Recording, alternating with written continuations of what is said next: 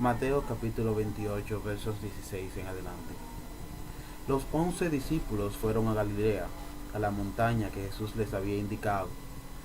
Cuando lo vieron, lo adoraron, pero algunos dudaban. Jesús se acercó entonces a ellos y les dijo: Se me ha dado toda la autoridad en la tierra y en el cielo. Por tanto, vayan y hagan discípulos de todas las naciones, bautizándolos en el nombre del Padre, del Hijo y del Espíritu Santo, enseñándoles a obedecer todo lo que les he enseñado a ustedes. Y les aseguro que estaré con ustedes siempre hasta el fin del mundo. Señor, añada bendición a su palabra. Estos versos que acabo de leer son unos versos muy conocidos, muy citados de manera evangelística y de muchas maneras son utilizados en diferentes direcciones. Y son los versos que hablan de lo que el Señor dio a conocer, o en la Biblia conocemos como la gran comisión, o el gran mandato o mandamiento, como algunos le dicen. La idea es que en estos versos encontramos al Señor dándonos un mandato el cual se ha malentendido durante mucho tiempo. Cuando hablamos de misiones pensamos en estos versos que están aquí. Cuando hablamos de evangelizar, de evangelismo, pensamos en estos versos que están aquí. Y creemos que pues esta es una responsabilidad que es solo para aquellos que tienen un llamado a las misiones, o más bien al evangelismo. Pero realmente esto es un llamado que es para todo el creyente. El Señor manda de manera muy específica a que vayamos por todo el mundo, por todas partes, haciendo discípulos, bautizándolos en el nombre del Padre, el Hijo y el Espíritu Santo, y enseñándoles a que guarden lo que Él nos envió, nos mandó a nosotros a guardar. Conocemos esto de memoria, es algo que se nos enseña todo el tiempo, incluso desde escuela dominical se nos está hablando de, de este aspecto. Pero hoy yo lo que quiero resaltar a través de esta nota es el hecho de que el mandato del Señor fue muy claro. Lo que el Señor dijo fue muy claro y muy preciso. Él dijo: vayan, hagan, enseñen lo que yo les he enseñado. Esas son las cosas que quiero resaltar hoy. Vayan y hagan discípulos y enséñenles. ¿Cómo van a ser discípulos? Enseñándoles. ¿A qué? A que guarden lo que yo les he enseñado a ustedes. No mandó en ningún momento a que tengamos enseñanzas nuevas, a que tengamos un mensaje diferente, sino a que enseñemos lo que Él nos enseñó a nosotros. ¿Qué nos enseñó Él? El reino de los cielos es semejante al reino de los cielos, se compara a el reino de los cielos es esto y aquello. Para ser salvo necesitas hacer esto y aquello. Ese fue el mensaje del Señor. Fue un mensaje exitoso, le dio un ministerio exitosísimo durante más de 3 años. Le dio un ministerio que alcanzó a miles, transformó vidas, transformó toda una generación. Este mensaje del Señor.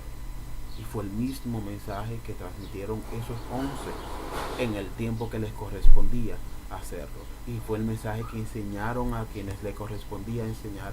Y fue el mensaje que aquellos enseñaron. Pablo enseñaba lo mismo y trabajaba de la misma manera y servía de la misma manera. Pero hay un detalle que me llama mucho a la atención, y es el hecho de que hoy día en el movimiento, en el modelo eclesiástico que tenemos en esta época, pues vemos algo totalmente distinto.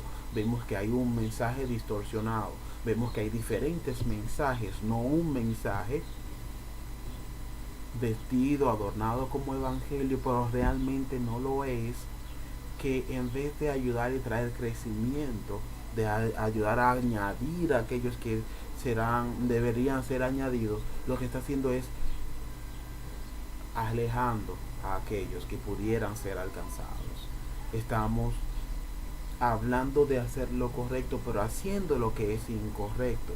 Estamos dedicándonos a todo menos a transmitir el mensaje que el Señor quería transmitirnos.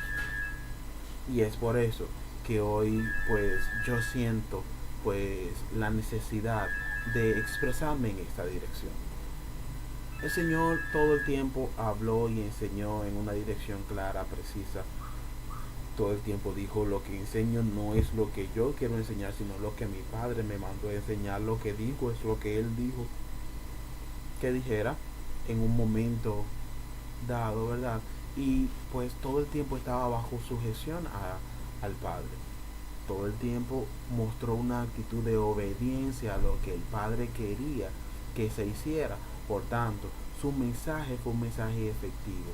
Otra cosa es que si vemos Juan capítulo 17, vemos que el Señor se despide en ese capítulo. Él está rindiendo cuentas y le dice al Padre: Padre, de los que me enseñaste, de los que me entregaste, ni uno solo se perdió. Ninguno se perdió, todos están acá, dice el Señor. Y dice: y a ustedes yo oro para que ellos sean uno como tú y yo somos uno, para que el mundo pueda creer que yo les he enviado.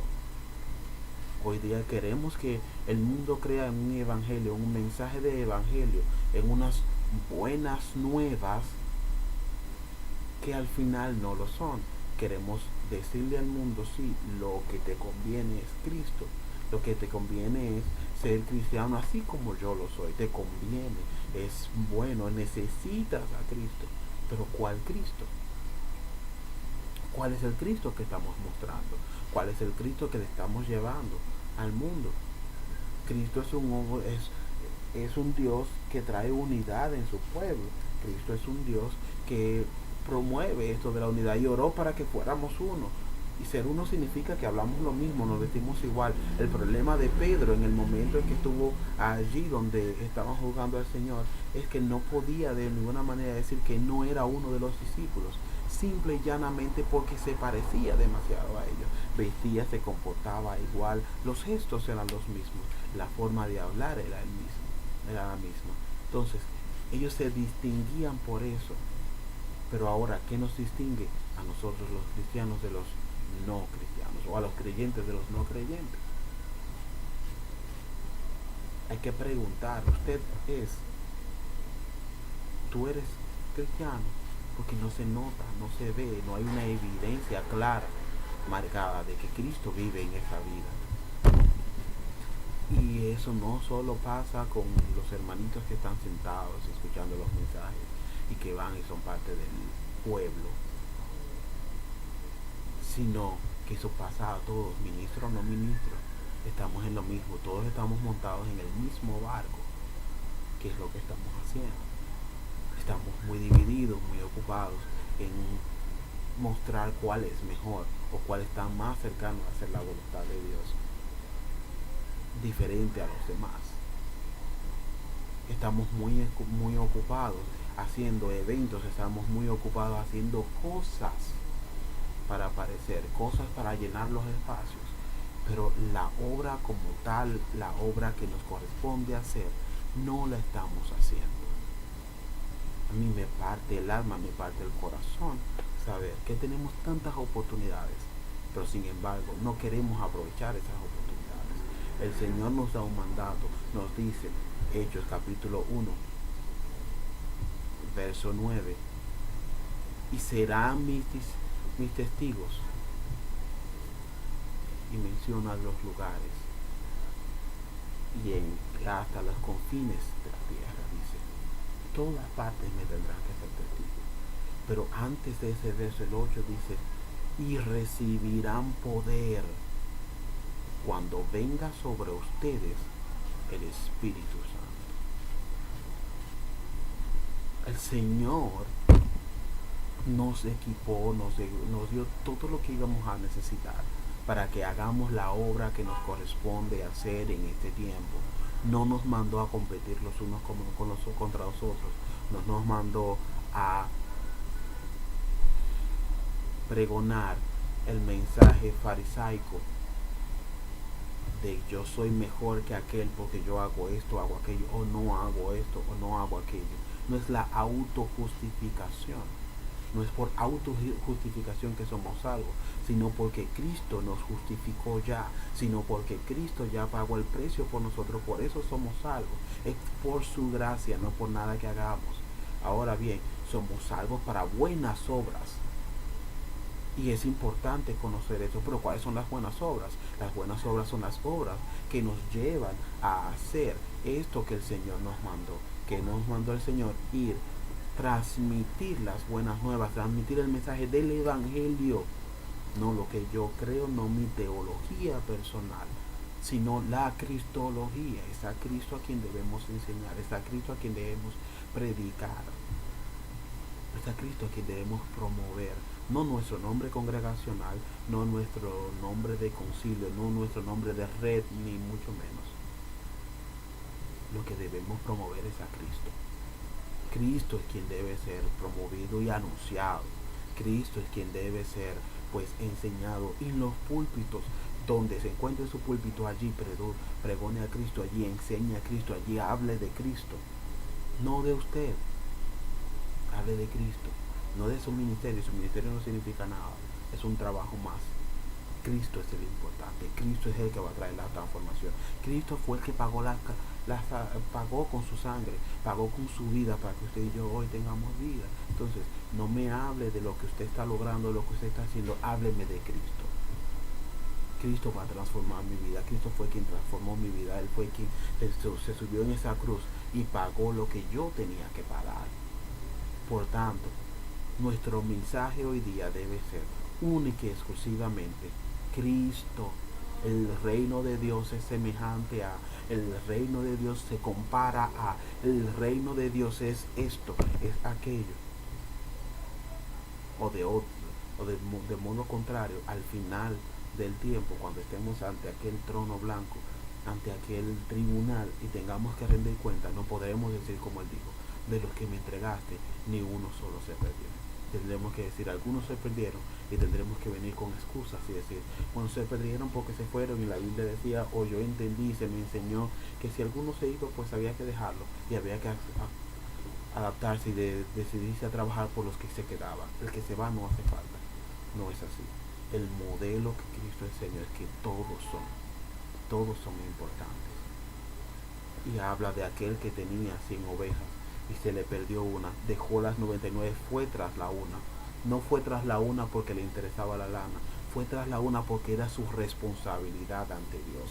Se le entregaron 100, él tenía que devolver al final del tiempo, delante de la presencia del Señor, decirle, me entregaste 100, estas 100 te entrego en perfecta salud, te las entrego en una condición óptima. Las recibí de esta manera, pero te las entrego a ti por tu gracia y a través de tu ayuda pude transformarlas, pude sanarlas, pude guiarlas, pude instruirlas y alimentarlas como tú me pediste. Y te mostré entonces que de verdad te amaba, porque apacenté las ovejas que pusiste bajo mi cuidado. No entiendo por qué hoy día es tan sencillo para un pastor que se le vaya una oveja y quedarse como que no ha pasado nada. Esa es tu responsabilidad. Líder, se te fue una oveja, ve tras ella. Esa es tu responsabilidad. No escuches las voces necias que dicen, si se fue es porque está en rebeldía, no era una oveja, era una cabra. Si era una cabra, entonces ora para que el Señor la transforme en oveja, porque esa es tu responsabilidad. Simple y llanamente es saber y entender que el Señor fue nuestro modelo para lo que es el pastorado, para lo que es el apacentar ovejas. Él nos mostró la manera correcta de hacerlo. Él dijo, yo soy el buen pastor y mis ovejas conocen mi voz, la oyen y la obedecen. Si las ovejas son del Señor y están bajo nuestro cuidado, procuremos que escuchen la voz del Señor. Seamos ese canal que va a traer la voz del Señor a estas ovejas para que puedan ser alcanzadas, para que puedan ser transformadas y para que al final del tiempo podamos decir, estas me entregaste, estas te entrego de vuelta. Ni una se perdió, ni siquiera una. Todas las devuelvo tal cual me las entregaste. Esa es la gran comisión. Eso nos mandó a hacer el Señor, que sea ese el foco de nuestras vidas, que sea eso lo que nosotros hagamos todos los días de nuestras vidas hasta que el Señor decida llevarnos o venir por nosotros. La gloria sea para Cristo, de hoy para siempre. Les bendigo. Shalom.